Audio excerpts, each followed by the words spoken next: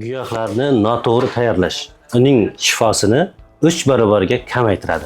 Keling buni to'g'risini o'rganamiz. Birinchisi bargli, gulli giyohlar. Masalan, momaqaymoq, moychechak, tog'-rayhan bu kabi giyohlarni qaynatilmaydi. Faqat qaynoq suv qo'yib damlanadi. Shu tarzda efir yog'lari saqlanib qolinadi. Ikkinchisi urug'lar.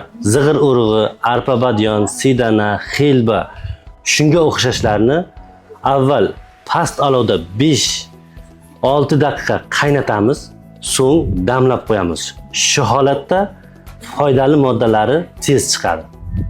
Uchinchisi ildiz va po'stloqlar. Giyohlarning eng qattiq qismi bo'lganligi sababli 10-15 daqiqa qaynatishimiz shart.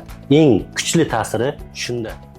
Sizlar bilan Xalq tabobat assotsiatsiyasi a'zosi tabib Iskandar Saidov. Mana shunday qiziqarli, kerakli ma'lumotlar uchun sahifamni kuzatib boring.